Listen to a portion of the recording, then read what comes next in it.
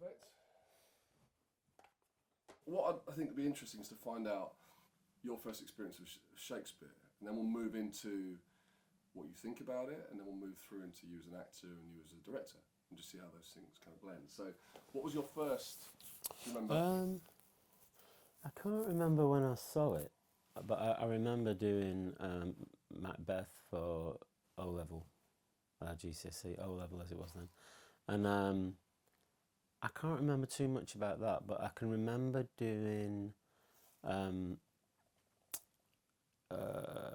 Merchant of Venice for A level, and that having a really profound effect on me. I don't even know if it was thematically, but I just understood that the construct of it as a play was. That's when I started to think about things like that. That it was quite extraordinary, and also the beginning of because it was listed. Whoever listed these things as a comedy, Which is weird. which is weird. They're all weird. Those Yeah, those comedies, or do they call them problem plays as well? Yeah. And I think so. Even at that point, I was beginning to get a sense of that you can interpret it, and probably feeling a hell of a lot of sympathy for Shylock, and it's a really cruel play. And then fast forward, I had 3 years between finishing A levels and going to drama school. I went to a place called Bretton Hall, and I did my second year big essay on The Merchant of Venice. So, and I tried to explore it as a tragedy. And I think that I was just always combining my ideas of Shakespeare with the other ideas that it was a pretty literary academic course, Bretton Hall, and I was doing a lot of reading around Howard Barker and his theatre of the catastrophe, and probably the only writer of his generation that was writing big epic plays based on classical ideas. So there was he went out of favour very dramatically, but his books, his writings on theatre are still some of the best that I've ever read. So I think I was applying Barker's ideas to Shakespeare. I've always been too clever for my own good. So it felt, I guess, academic. I'm trying to remember when I saw it. I mean, did you kind of like?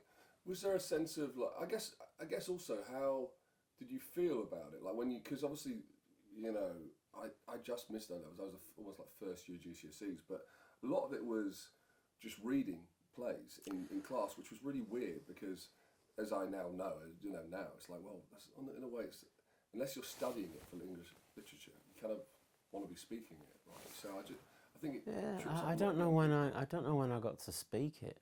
I think when we were at Bretton, we did some workshops with the RSC, and that was really valuable. And I think I really enjoyed getting my chops around it. I think that's one of the things I love about Shakespeare, and I'm a massive fan, is that the language is so elastic. It can take pretty much anything you can throw at it. And although I might do modern versions or even edited versions, I'm not trying to shrink the size of the ideas. I'm still want the language to be full. I just don't want it to be obscure. So I can't really remember what I thought of it. I mean, I watched the original, the Zeffirelli Romeo and Juliet as a kid, and was kind of into that. I wish I'd seen, a lot of people of my generation from Manchester saw David Threlfall do Macbeth at the Royal Exchange, and that was a big seminal production, I believe. I didn't see it. And I can remember seeing, I saw, I don't know if I saw Shakespeare there. I saw Edward II, and I saw The Country Wives, so I was seeing classical stuff. But I, with all my theatre journey, I've always often discovered stuff by doing it or reading it rather than going to see it. Yeah. And then when I graduated, I was chosen to do this sort of pan-European course, I guess, post-grad course. And one of our tutors on that was Cicely Berry. So, I mean, fucking hell. I mean, I just thought that was absolutely fantastic working with her. And then another woman who did a lot of work on text, but from a different angle, Kristin Linklater.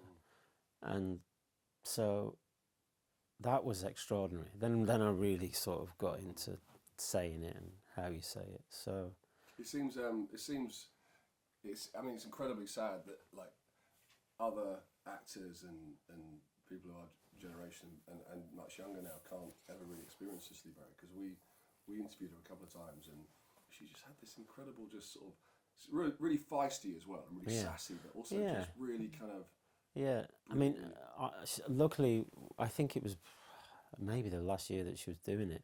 I directed a John Ford play at the RSC called Love Sacrifice. So she kept popping in during the previews and the text. It was, to be honest, it was a bit annoying because it was in like we had another voice person, but they all said, Sissy's going to want to come in. Yeah. And I'm like, yeah, okay. But it was like, she always wanted to come in those rehearsals during previews. Yeah. When that really time, late. that time's just gold dust. That's when you're solving all the problems. But I thought, I just knew there would be some stuff in there, and she would come and sidle up next to me, and she could just see who had it in their body. I think my experience mostly of Shakespeare is, I remember going to see a lot of the RSC stuff when I was at Breton. They would take us down. I just thought it was sort of boring beyond belief. And I think most productions are. I think it's hard to get right in a contemporary sense. And I'm not saying I've got it right, because I think it is hard to get it right. But I went to see Rob Icke's Romeo and Juliet last week. And I'm a big fan of Rob's work. And the kids who play Romeo and Juliet are really fantastic. Noah Jupe and I can't remember the girl's name. I want to say Sophie Snape, something like that. Yeah. Okay, yeah. She's from Stranger Things. They're terrific. They feel really young. Are they? Yeah, they're terrific. Terrific. And they're really, and what's really interesting, and I guess the opposite of what I've started to want to do, is I think he's done the whole play. Huh. Like, it just feels completely uncut to me. Really?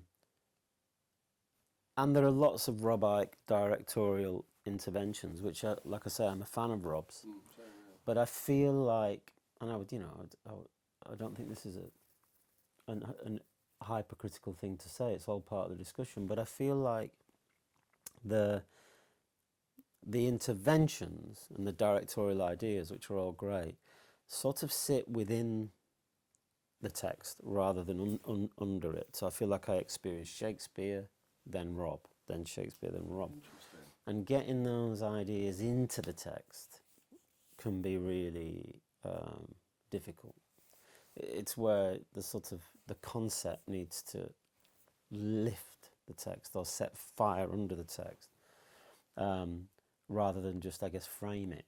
Well, yeah, because one of the problems with that, if it's done from that point of view, is that it always partitions. It's like, you might go and see a production that comes in with this incredible bit of music, like, and it's let's use Lear as an example. It's this incredible, whatever's going on stage, this incredible bit of music, and suddenly it goes, and then you're just left with someone just speaking, and it's not just someone speaking, but if it doesn't sort of sit inside the play, it always feels like it sits outside of the play, and I think that's one of the things that catches people out, because they kind of, new people to Shakespeare might watch it and go, oh, I should be enjoying this. Yeah. But I don't know why I don't understand it, because I like that bit, but I'm just now left on my own with this. Yeah, I think that's interesting, and I guess that's why perhaps when Max did his version of Macbeth with David Tennant. Did you see that? I didn't see it. And that you know It's had all the that headphones. the headphones, which I guess it just allows the sound world to be mixed. You can mix it, you know, so that you're not suddenly then left alone with the voice.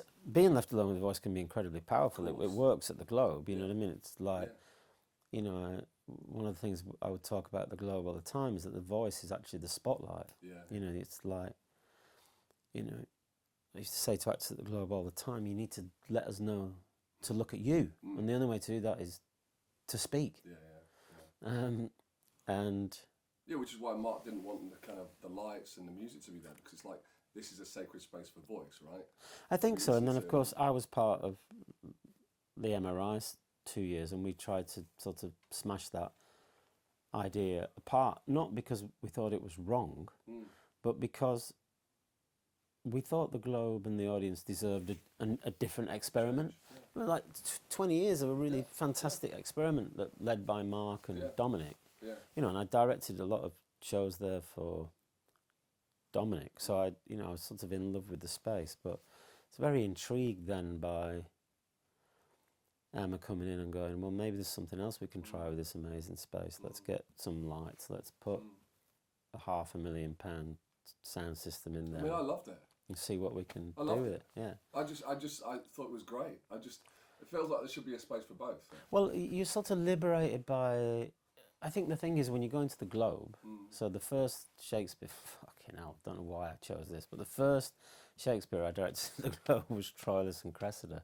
Luckily, I'd had a go at one before, Macbeth at the Royal Exchange, and I'd played Macbeth at Bretton Hall, so I sort of knew that play. I felt safe with it. And also the Globe under Dominic, I did. You know, Dominic gave you choice. You could either, with one of those plays, you could either do it in Elizabethan costume or classical costume. So I did it in sort of classical Greek and Trojan costume, and that's a really difficult play, and was difficult to do at the Globe. But I think that what I relished was how. That's where I discovered that you have to make the language count, and the language seems to me, certainly the verse seems to only make sense when you've got emotion underneath it, and that's a discovery. You know, the difference between what the prose and what the verse are doing, what the writer's asking you to do with those two different elements, which in really crude terms I've always understood it as the verse is this, and then the emotion might cool down at the end of, you know, within one scene you'll switch back to the verse. Me and you are arguing, you know, we're in verse, you leave, my servant comes in, I go into my head and go, I'm hatching a plan. And I hatch the plan in prose. The prose is in the head, and that was an amazing discovery, and it made a lot of sense at the Globe. You know, and it made a lot of sense at the. And so then when Emma came in, you're essentially looking at what tools are available. So at the Globe, the tools are the voice, live musicians, strange relationship with light, but that's another conversation. And then Emma came in with this whole big new toolkit, and I just thought I want to go as far as possible. So I did a version of Cymbeline called Imogen, and it's still the thing of which I think I'm most proud. And that was a big edit. I mean, when it was published. It was published. You know, sounds ridiculous, but it was published as, you know, Shakespeare and Dunster, or Dunster and Shakespeare. But I did do a big rewrite and a big edit on it, and learnt. I tell this story probably on every single podcast or experience like this that I ever do, but it was so significant for me. But when I just left Bretton Hall, I went to the Edinburgh Festival, and I met this Eastern European director who was about my age, you know, so mid-20s. Yeah. And he was, you know, intimidating the Eastern European, you know, all in black and Yeah. books under his arm. And he said, you know, what are you into as a theatre maker? I said, collaborating. He said, who do you collaborate with? I said, well, you know, I've got a mate who plays guitar and my girlfriend does a bit of dance. And he went, okay. My three favourite collaborators, or most important collaborators, are Ibsen, Chekhov, Shakespeare. And Dan, I cannot tell you what that moment did for me. So from then on, I'm just going to collaborate with Shakespeare. Yeah, right.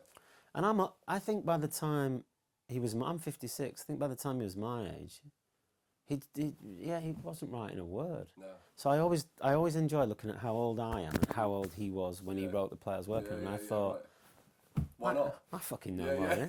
I've right. directed 70 plays. He didn't direct 70 plays. Exactly, yeah. You know, and that's very freeing, you know. Well, because there is all this kind of like, there is this, I mean, we know this, is this industry kind of weight that kind of like follows you around with Shakespeare, or precursors any sort of engagement with Shakespeare, which is just, it's heavy. Yeah. Or it's not. Yeah. Yeah. I think that's right, and it's all supposition. I mean, what do they say? There's only actually 6 facts about him, about the man, you know, that are written down, and they're all in legal documents. Everything else we surmise from the plays and the time and all the rest of it, and so he's everybody's. It's ridiculous when you think about the amount of real estate that he's created. But also, everyone wants to own. Because it's so much unknown, everyone wants to own a part of that, right? Because it's actually good business as well. Well, I know. I mean, I got into a lot of trouble with the academic side of the Globe when I was there, and so did Emma. And ultimately, I think that's what ended her tenure there. They didn't want, they wanted her to do something more in line with what the Globe had done before, and take the sound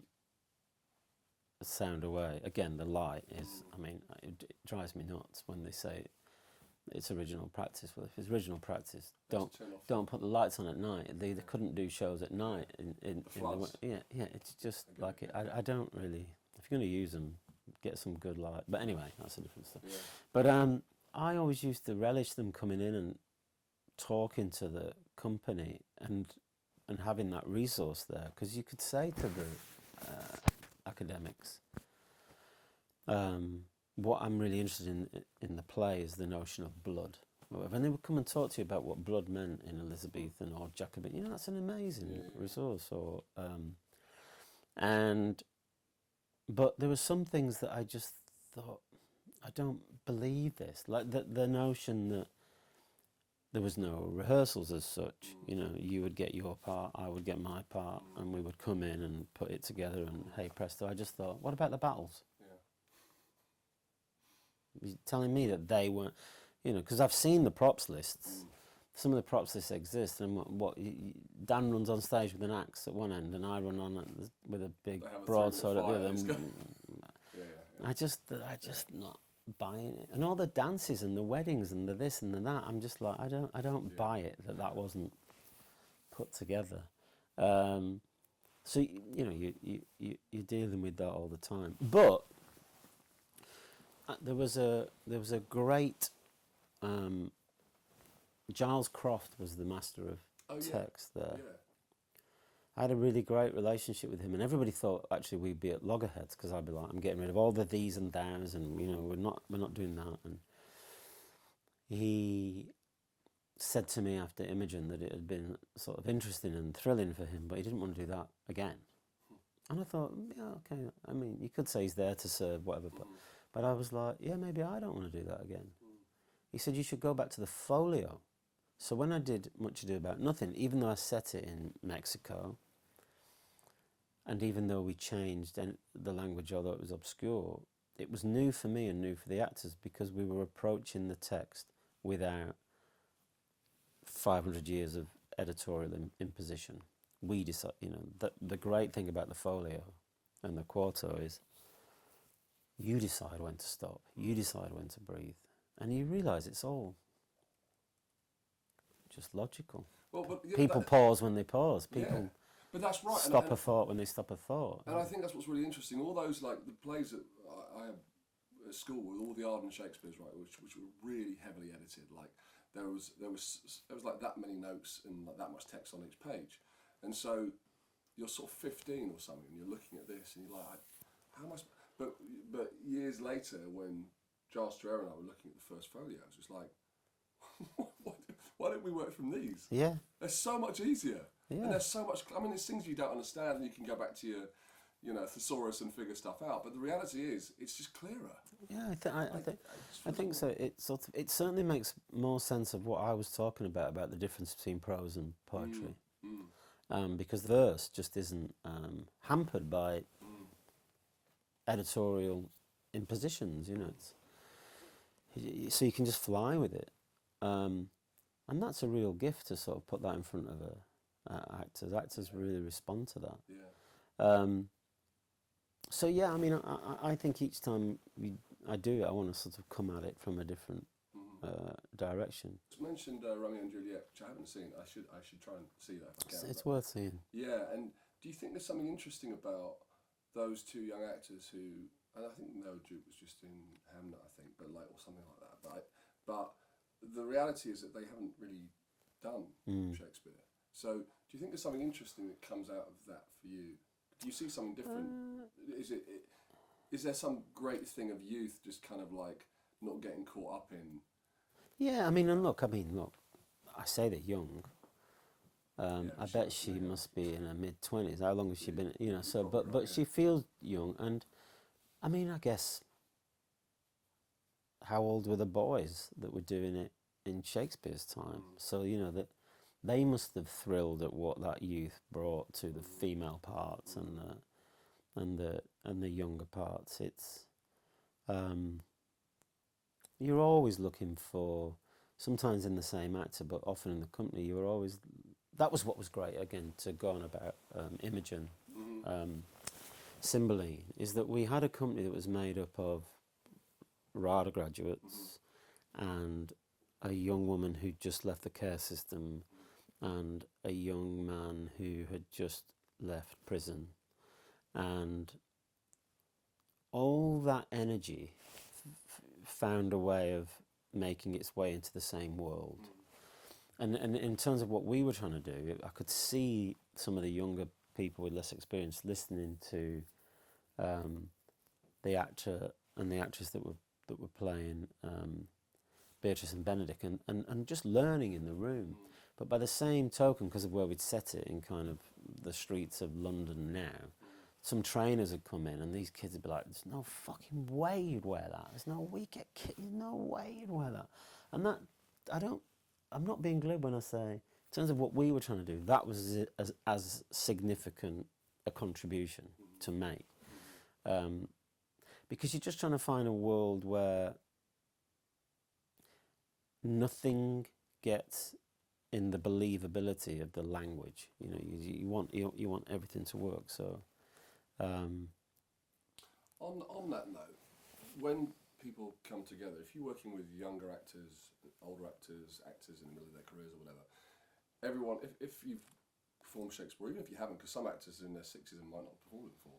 They know, and that might be their first Shakespeare production. Yeah. Like, how do you manage that? Do you think, like, is there is it clearly delineated where someone has got their thing, and your job is to try and kind of bring them into the same world, or do you cast on the merits of they just know what they're doing with the character, or does that make sense? It makes total sense. I think it's like, the casting for me is like anything else. I just like hearing the words in the actor's voice, and it's a bit like there are dots of music that are the words, and you play a violin, and it just feels odd to me.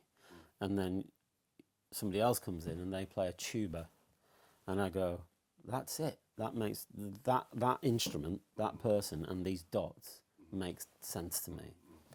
And I don't need people.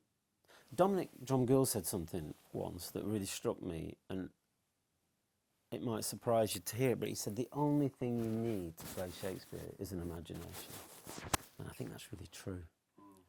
You know, and I think that's to do with delivering the scale of the ideas. The poetry is so full of extraordinary ideas, you know, where something on our sort of naturalistic landscape meets something within two words that's somewhere in the universe. To be able to make those leaps, you've got to have a sort of extraordinary imagination. Yeah. It is interesting, though, that this is an instrument, and certainly at the Globe it can be a lack of technique or vocal range and vocal power. You can be exposed. But yes, the short answer is I've got to get everybody in the same play, in the same world. They've got. Doesn't matter how concrete my world is. If somebody is speaking in a way that feels like it's a convention that they learned in the 1960s, and somebody's speaking like I've just pulled them in off the street, they're not in the same world. I've got to get them in the same world.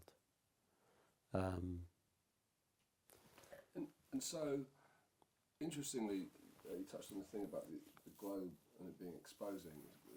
It's something interesting, isn't it? Because it is, but by the very same token, it should be no more exposing than any other theatre space, in theory. So it's one of those interesting challenges for an actor, especially because it just takes a lot of confidence, right? To just know you're truly just there, in that moment, and sometimes you can feel protected by a blackout or lights. Actually, probably. I wonder if that's one of the reasons why Mark didn't like the lights and stuff. But so it is just you and the space. So, you know, what are the challenges for actors in that space? And we touched on it with voice a little bit. Yeah, I mean, well, there's a couple of things. I worked there a few times with an actor called Fraser James, and I heard Fraser talking to some younger actors once, and he said, when you step out on that stage and you see all those faces, he said it's like a massive wave coming towards you, and you've got a choice. Get on the surfboard and ride that wave, or you'll just get hit and flattened and drowned. And that made a lot of sense to me. You've got to be prepared to sort of take the leap that it needs to sort of... you got to win. Don't let the audience win. You've got to win. The battle of energies, I think. But in terms of then the focus, so not needing to shout or to be in a battle scene, Emma Rice talks a lot about, I never heard her say specifically about the Globe or even Shakespeare, but she used to say it about her own work with Knee High, and I loved it. She used to say to her actors, the audience are with us. So if you're small, they'll come with you. So I think those two anecdotes are how I would talk to actors in the first instance about playing that space. You've got to be bold enough in the first instance to ride that wave, but you've got to be equally bold to trust that they'll come with you towards intimacy. Actually, that second point is really interesting. That's a really good point. And I don't think I've really had anyone say that before. But that, because it's the same as everyone always says. Like when you're going for an audition or when you're auditioning at drama school, it's like they want you to win. Yeah. The audience at the Globe want you to win. Right? Yeah. They want you to meet them. Yeah, absolutely. They don't want you to come on and go. More than most theatres. Yeah. You know, they relish the uniqueness of their power and their presence in that space. I think I only learned this time approaching because what I did with Imogen, I think I did it with Much Ado About Nothing as well, and I don't think, even though we went back to the follow, I made this change. I don't think anyone... What's interesting is people rarely notice the changes you've made if the experience feels like a good one. So I think, again, I took all the these and thous out and replaced it with you and I, and I think it's... You'll know this, I didn't know this. I only realised that in terms of the language of court developing from the French, that the shift in from thee and thou to you and yours, etc. The shift would be made in terms of the how well you knew that person, intimacy, in the same way as to and view. I didn't know that. I didn't know that. I also think the audience don't know that. So I don't think losing that, you're losing anything significant. My reticence about approaching Leah in the past is I can't bear the fool. I just can't bear it. I can't bear what it is. And, you know, it's like, I always think Touchstone is such a thankless role in The Tempest. Although I heard Matt Horn was extraordinary in it when they did it recently. The Jamie Lloyd one. Do you know what? He actually was. Yeah, I heard he was, you know, he just made it work. And I mean, he's a great there's actor. Some brilliant performances in that. There were some terrible ones. Right. But there were some brilliant ones. Yeah, and I would have liked to have seen him make that work, because I don't think I've seen The Tempest a few times. I don't think I've ever seen anyone make that work. And so with The Fool, I was like, I want to get rid of it. And you know, you have to be careful. I don't do anything like that glibly. I'm like, you know, that's a strong choice. What does that mean? Yeah, And, I'd already decided I wanted to do it with David Threlfall, so the first conversation to have was with him, how he felt about that. And he said, "What about the lines?" I said, "Well, I'll get rid of a lot of them, but the others you would say," because I said, "It seems to me that it's a play about dementia, or certainly personality changing disorders, and how the Fool functions primarily is a kind of counsel. Don't do that. Nuncle, why are you doing that? Why did you give all that away?" Now, if you're talking and then you suddenly say, "Why did you do that? Why did you give all that away?" And then carry on. We did a workshop. It was incredibly moving. And then I thought, right, we're on to something. And it was a nightmare, cutting it. Just, oh yeah, I can't just imagine. keeping hold of the through line of all the other characters when you take one out, but it just felt like it was worth pursuing. I think the Fools, when you try and think about how to make the play contemporaneous in other ways, the Fool, those characters can be very difficult. The language, it's interesting, isn't it? It suggests to me that there is a sort of, it's like a social construct, the Fool. You know, everyone had one. Like lots of people had one. It wasn't just like, you know, it's like if you had a manor house, you had the biggest house in Yorkshire. You probably had a Fool on staff, you know, and it's a social construct, which I wonder is why often, bizarrely, their language feels the most archaic. People arguing with their siblings or arguing with their loved ones or arguing with their father inherently just remains modern. But the social construct that is the Fool just means that it's very much locked in its own time, and I just find that language impenetrable. So did, in approaching, we call it rewriting, in approaching doing a version of Leah, was the construct of the concept, I hate that word as well, but like, is that how you were able to approach it, because you knew the space that it happened in, you knew where it was going to be set, and so it made it then easier to edit the text, because, or... Yeah, but it might be that the answer to that, Dan, is I just want to do it for now. Yeah, right. And whether that means set now, or for now, or both, that's your sort of guiding principle. The other guiding principle is really simple. It's like, do I understand it? You know, I think can be quite an arrogant approach to Shakespeare. You've been in rehearsal rooms or at college. We all sit there with this thing on day one, and no one knows I haven't got a fucking clue what's going on. And then we have the luxury of a number of weeks of investigation. And then once we know it, everyone starts saying it really quickly. And then you put it in front of an audience who've not had that experience. And I go and watch it all the time, and I look around at people, and I just think, on a really basic level, you're just going too fast. And then someone will say, you know, in Hamlet, it says it trippingly off the tongue. I go, well, okay, maybe then. But now, it has to be loaded with meaning in order to be felt and therefore understood. Emotional meaning. But it also, you have to give yourself a chance. And if the language is so obscure, then I don't see anything wrong with changing it. No. And the big battle for someone doing a version of it, if you care about this, and I do care about this, is if you're cutting, editing, rewriting, moving stuff around, trying to hold on to the iambic pentameter, and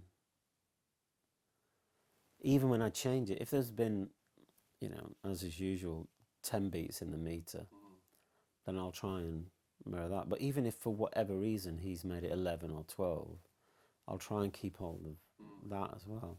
And that is like, you can spend a day on a line just trying to get it. Right. You know, and you don't want to, you don't want to start writing in Shakespeareese. No. Do you know what I mean? Like Cod Shakespeare. So it's keeping hold of as much of him as possible. Just out of interest, did you ever use the Onion's Shakespeare thesaurus? Did you? No. There was this. It's one of those things at drama school. They just kind of. It's like a little Bible. You know, they tend to read a book on, like, you know, Alexander technique and this and that. But this book by J.R. Onions or something, I don't know. But it was literally a Shakespeare thesaurus, and within it, every single word is there.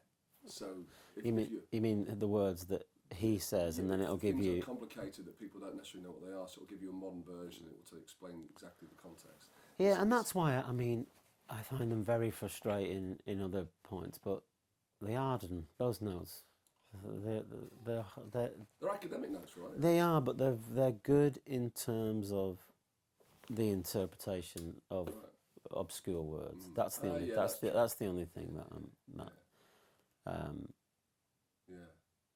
And you know, certainly as a director, by the time I sit down with the cast on the first day of rehearsals, I want to understand every word that everybody's saying.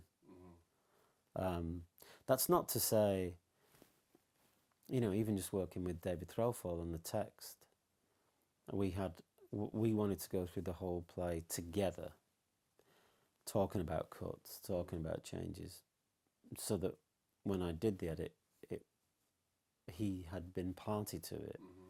Because I think it's hard to just suddenly present someone and go, this is the version, because he might not have signed up for that.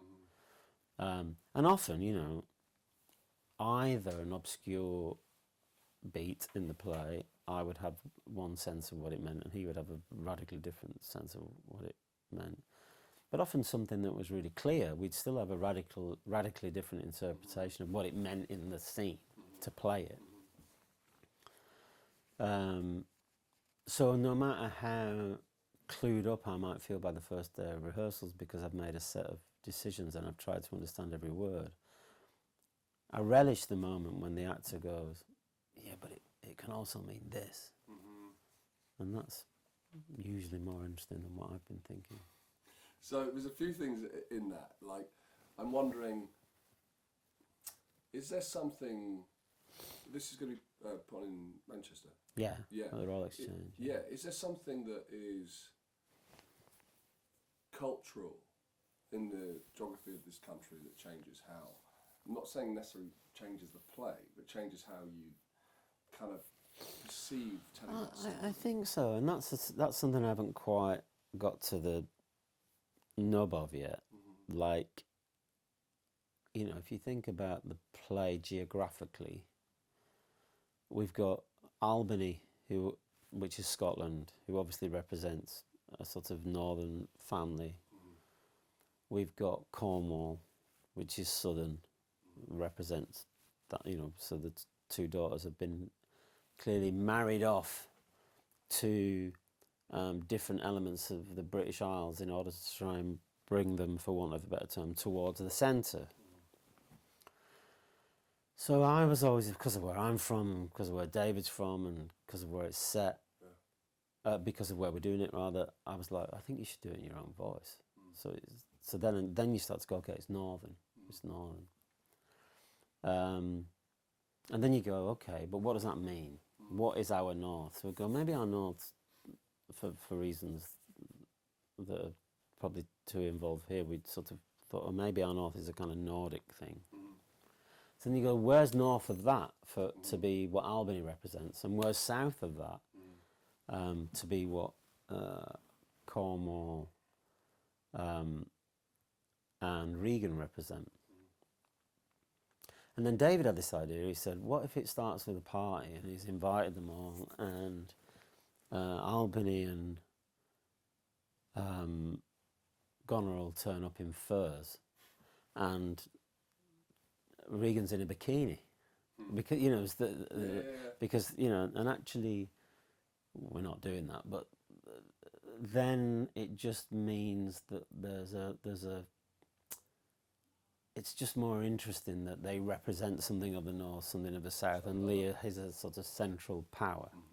And then, of course, the only other real geographical things that are rooted in character are the Duke of Burgundy and the King of France. So, what is that in our world? So that's quite freeing as well, and it sort of feels like it expands what political marriages or political relationships might mean now. They're more global. So within that, where does Cordelia sit then? Like, 'cause she's a troubling character in the context of Lear, right? Because she's just incredibly complex. There's so many variants of who she can be. How do you kind of frame her in that? I'm sure this. I mean, I know you're not. No. But I've thought about it. I mean, I think what's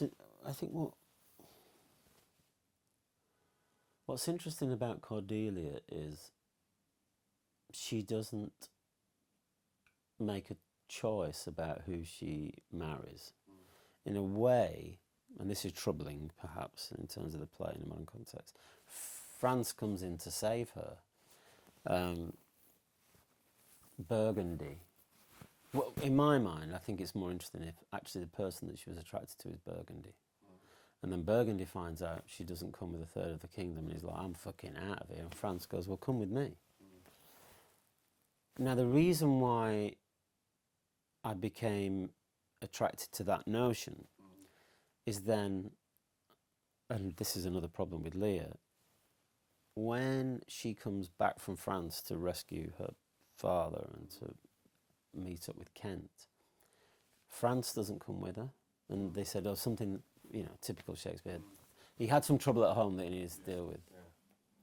And you go, okay, this is not a real marriage, this is not a real partnership.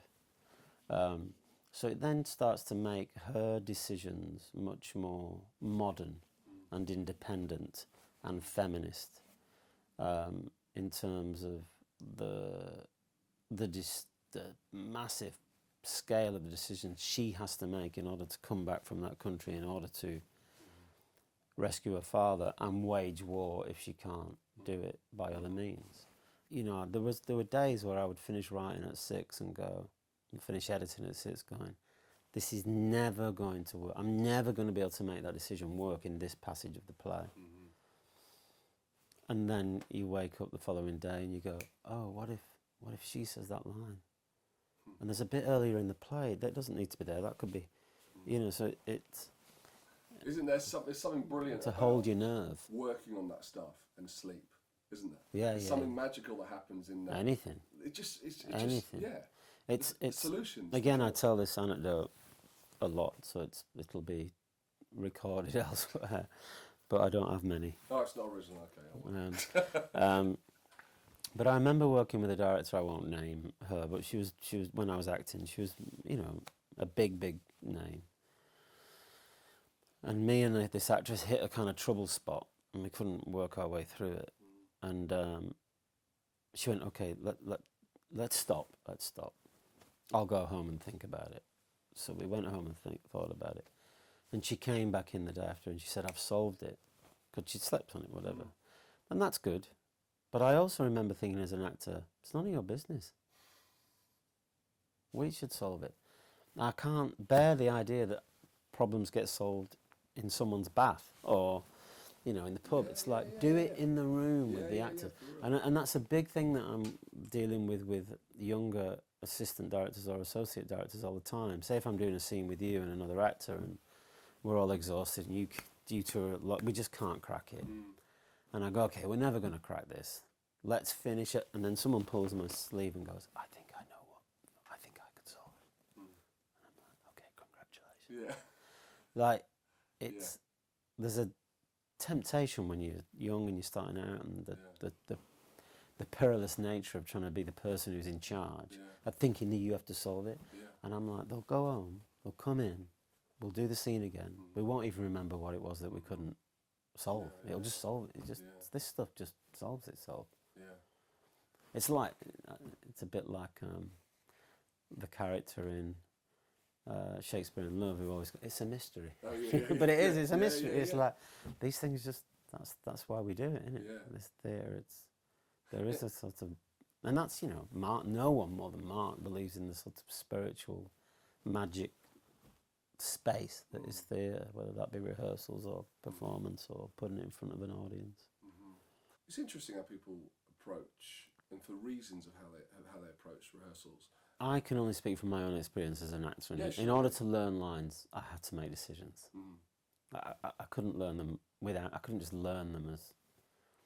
No, same. Yeah, I had to go...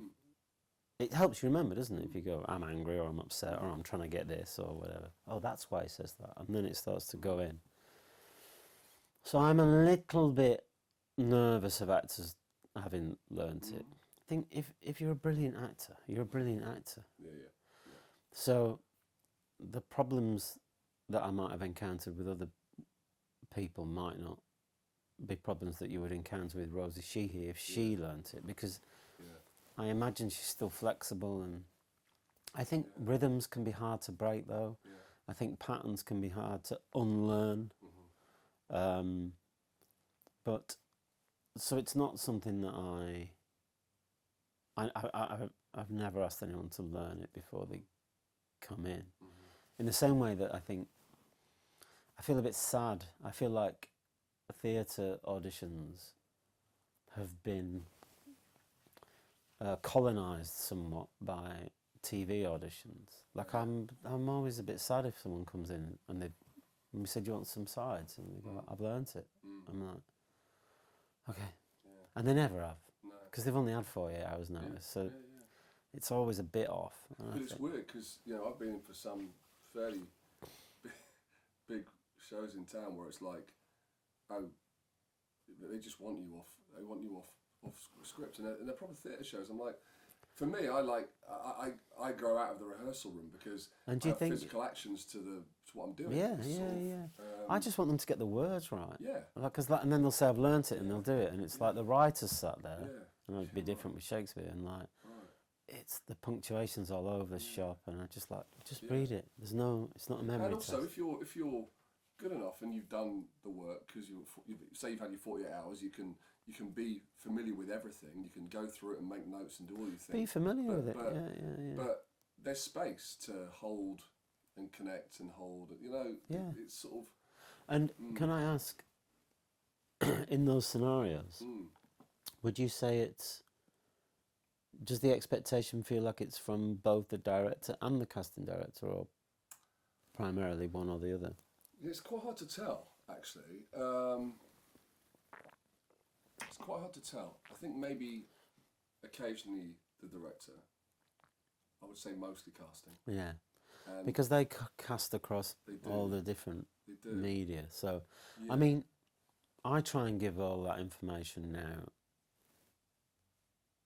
I don't even like when they say, "Can you pick 2 bits that you want the actors to do?" I'm like, no.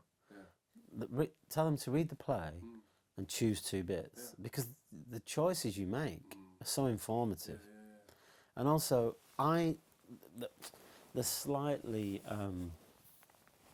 manipulative thing about auditions is, if I'm lucky, I get to see the whole play. But if everybody's doing pages 18 to pages 25, it's boring for me, and I don't get to see the whole play. Whereas if all the actors playing that part have randomly chosen different bits, it's exciting when you are auditioning for a new bit. That's actually cool for people who are watching these to know, because I think sometimes, I mean, you must feel this anyway, but sometimes actors kind of think it's a trick.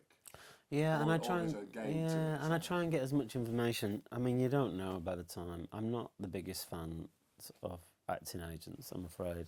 So I feel sometimes, no matter how clear myself and the casting director have been, Matthew doesn't like them to learn it.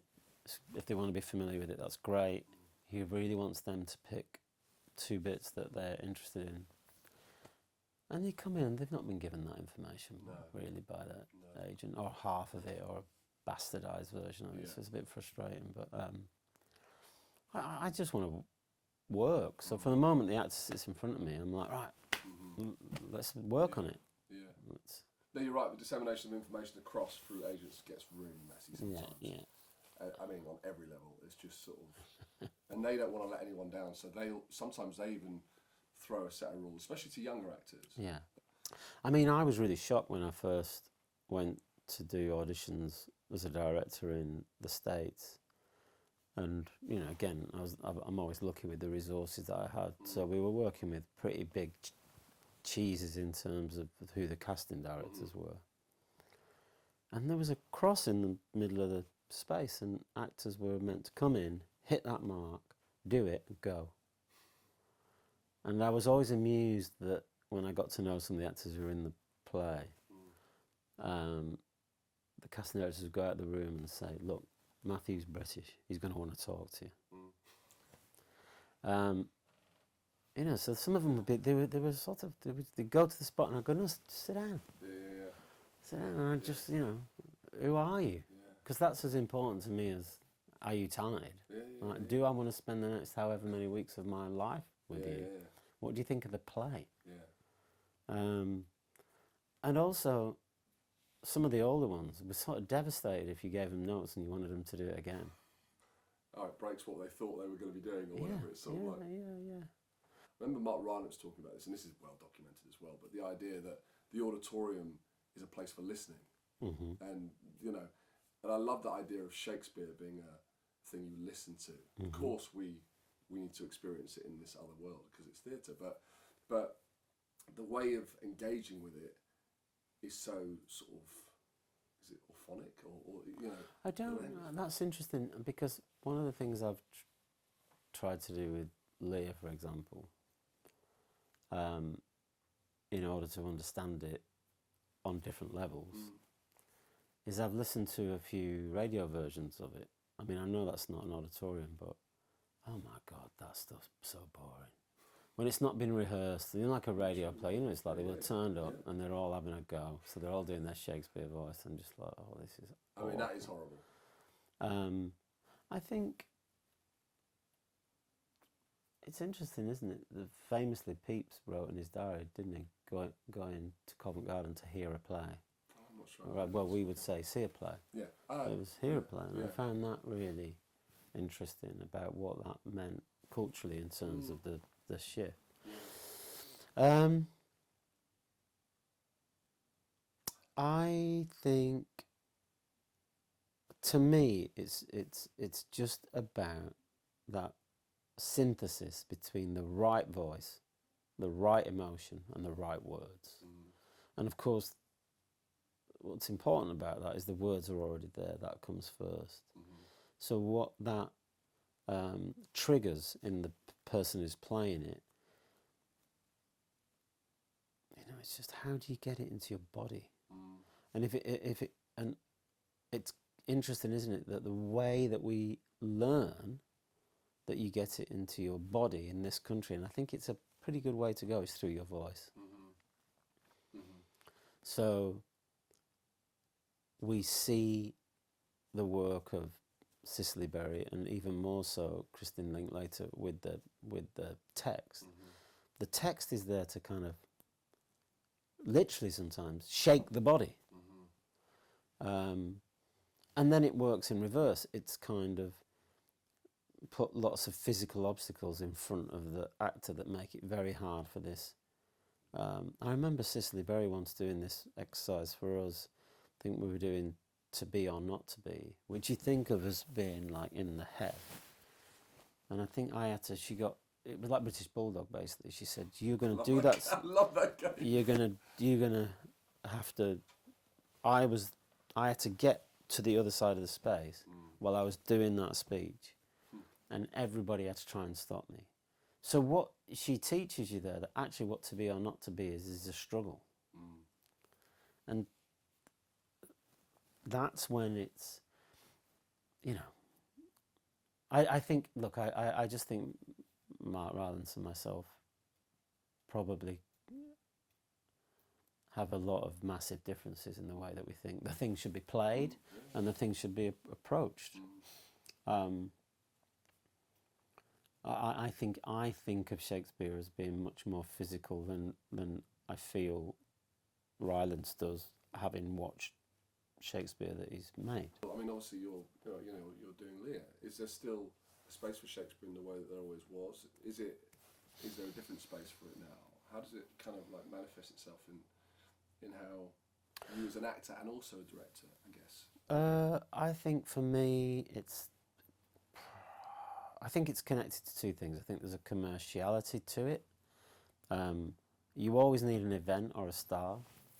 Often with Shakespeare, he's the star, or he's the event, or the title. Some of the titles are more famous than others. It's like, so I think that remains intrinsic to the fabric of our theatre. I think that what probably, to some extent, will never go away, but is really heightened at the moment, is I think we're massively influenced, aren't we? Probably in the last 10 years, I think it would be hard to imagine anyone's had a bigger influence on our theatre landscape than Eva van Hove. Now, that kind of European, directorially led conceptual theatre has had a massive impact on what we do.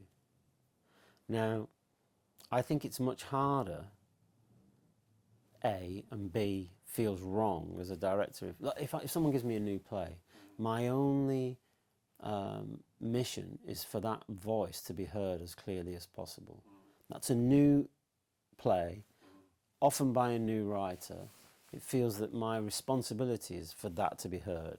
So any ideas that I have are about not getting in the way of that play or shaking that play up. It's to present it clearly as a new idea. With Shakespeare, I think, right, this is all about me. And I think that's when directors can really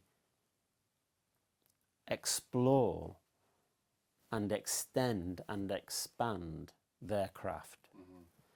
And there's an element of, look what I can do, but there's also perhaps a more worthier task of, look what theatre can do, look what we're capable of doing now.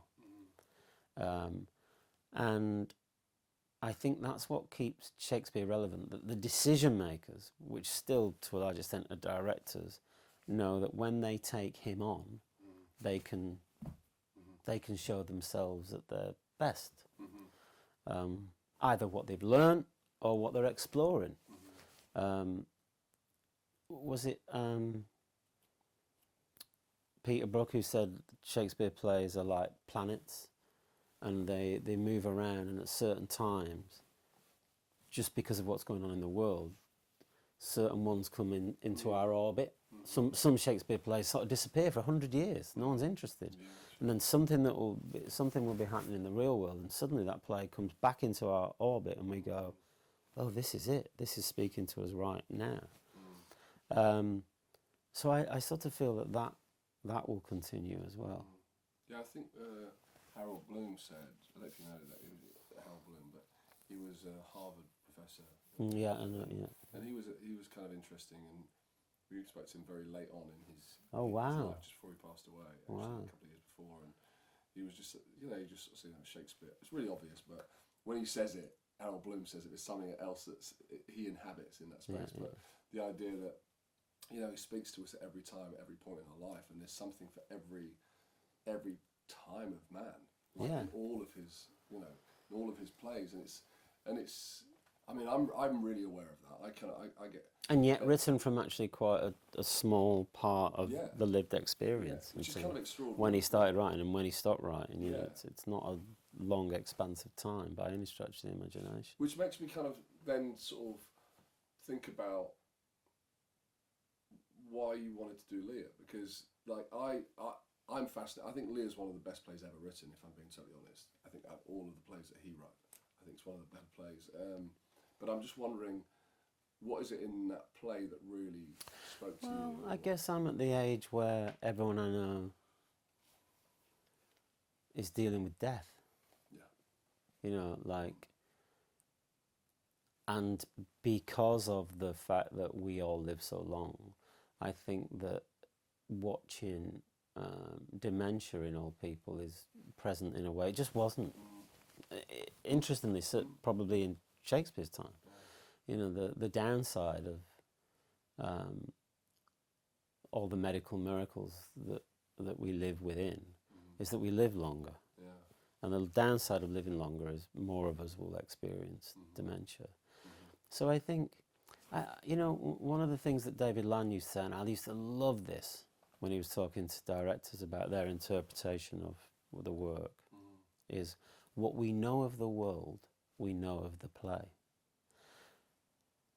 And that's a real brilliant phrase, I think. You could say, so if you haven't experienced it, you'll never see it in the play. You certainly never feel it in the play. So the thing that comes with age and experience, you know more of the world, so you know more of the play. However, you might forget things of the world. So an 18-year-old directing Romeo and Juliet, for example, what they know of the world and they know of that play, I might have forgotten. Yeah. And it just felt like Lear came into my orbit because of my age. I'm older than when Shakespeare wrote it, than he was when he wrote it. And I think also I'm a collector of people, creatives. And when I worked with David Threlfall on one of the versions of Hangmen that we did on Broadway, I just thought, I'm ready to do it now and I want to do it with him. Yeah. So it was that. Is there anything that you haven't said that you wanted? I think what's important, is, for me, about my relationship with Shakespeare is, it is a collaboration. I do think I take the gloves off a little bit and sort of wrestle with the stuff. And that can look like it's really either haphazard or disrespectful. I love it. So my attempts on his work and the changes that I might bring to it, or the edits that I might bring to it, are so carefully considered. It's not, the process isn't a glib one or a disrespectful one. It's only that I want him to remain relevant to me as another artist wanting to work with him, and as exciting and radical and as relevant as possible to the people that are paying to come and see Lear, maybe for the 20th time. Why would you offer them the same as what they've experienced before? And so on that note, finally, what can they expect? Of my Lear? Yeah. I don't know if I'm far enough into it yet to be able to answer that, other than I don't want anything to get in the way of their relationship with this man and the destructive actions that he takes in regards to his daughters and his family. Because then nothing will get in the way of their interpretation based on what they know of the world, they know of the play, about their relationship with family and dementia and all the rest of it. And I felt that something like The Fool just gets in the way. Great. Cheers. Thanks. I mean, Thanks, mate. carry on. Yeah, me too, mate.